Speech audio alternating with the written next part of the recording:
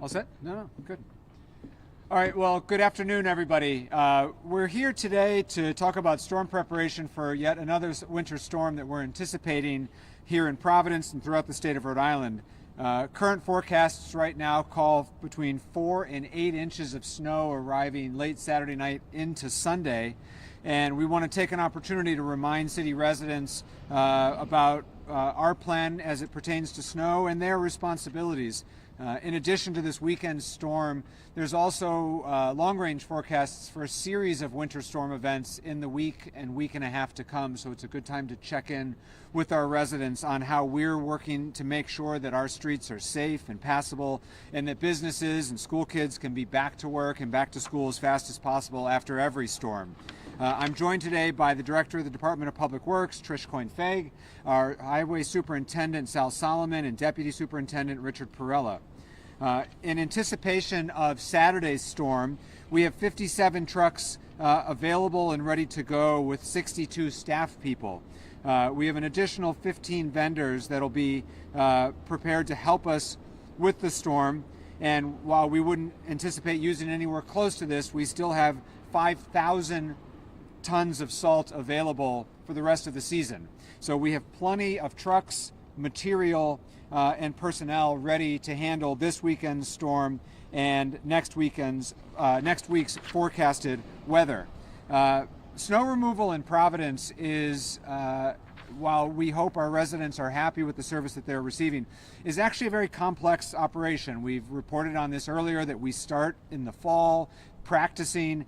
We rely heavily on city inspectors who then work in a region with their plow operators and then help circle back feedback that we receive from constituents. And so we would encourage residents to be patient with us.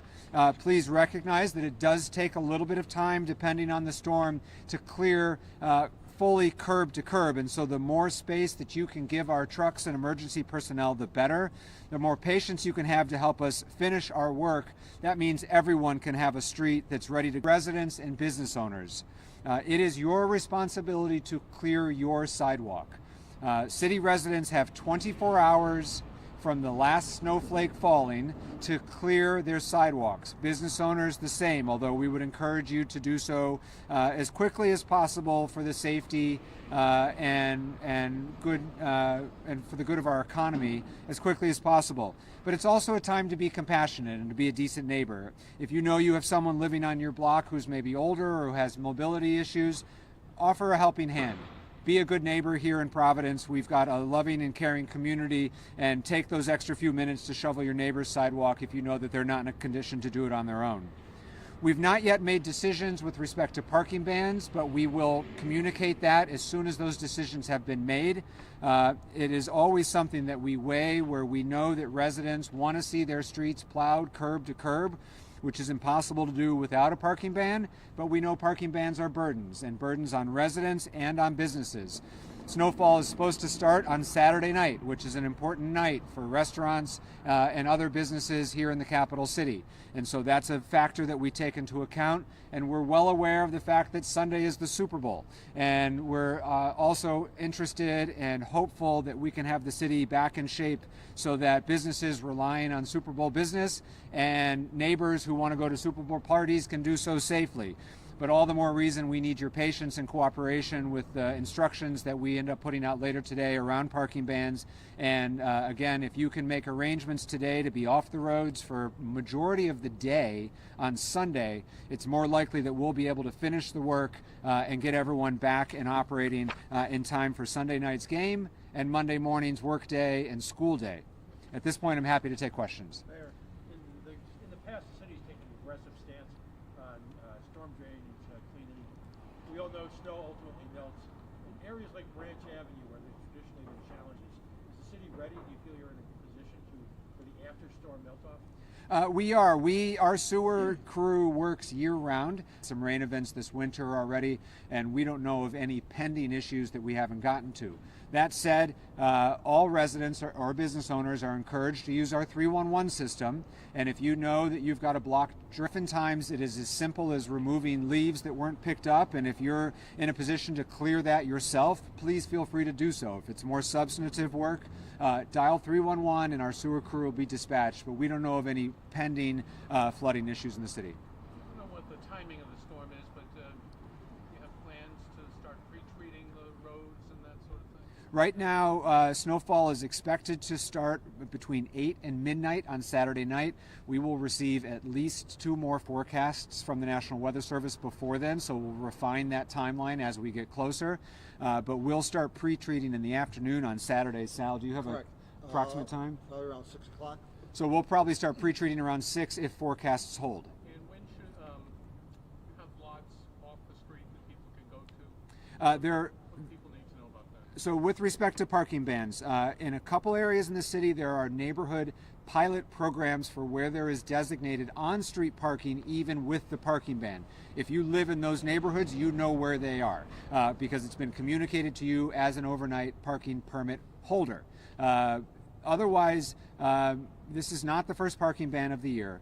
People have their plan, and we encourage them to execute their plan. We're working with the city on expanded public locations, but right now, beyond the existing neighborhood pilot parking program, there are no public lots available. And so people need to make a plan for where they're going to park for what we expect to be a parking ban, but the details have not yet been announced.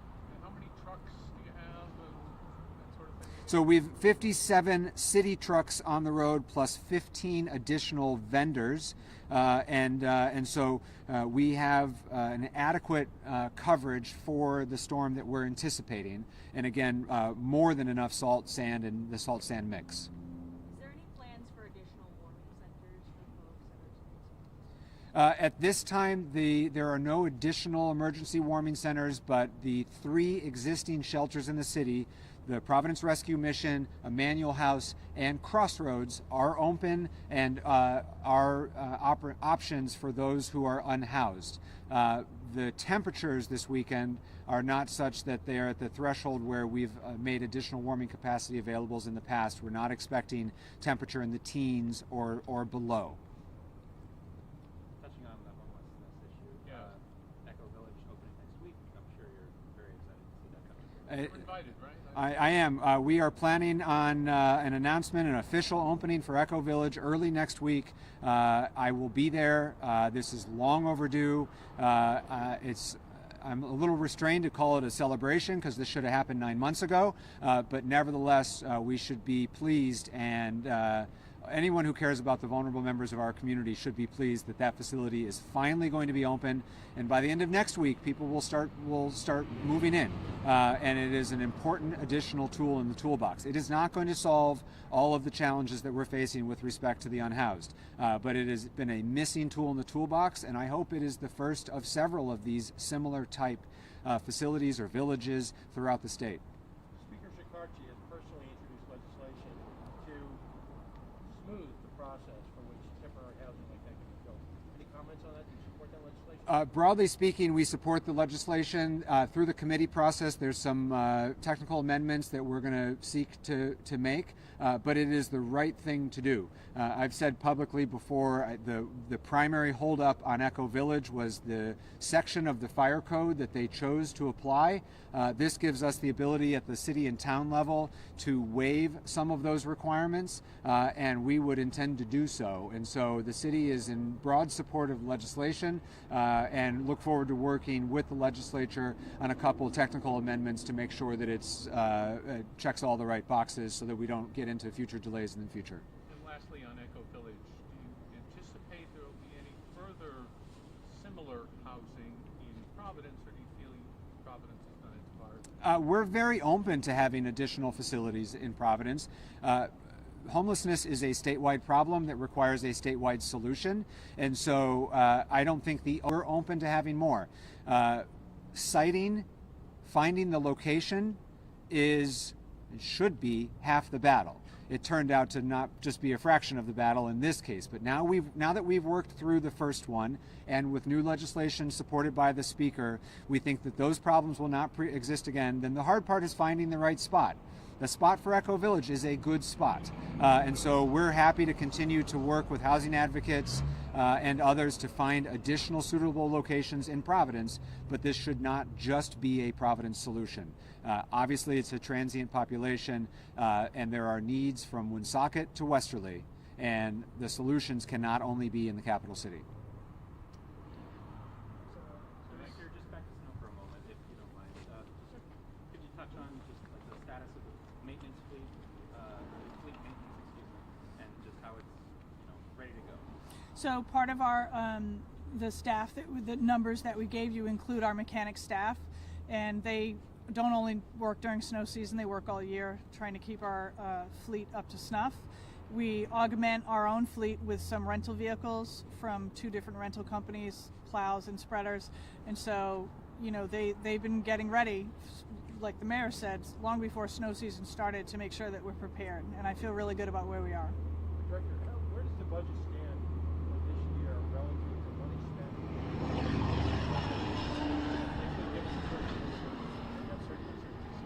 I missed the second half because of the truck. Sorry.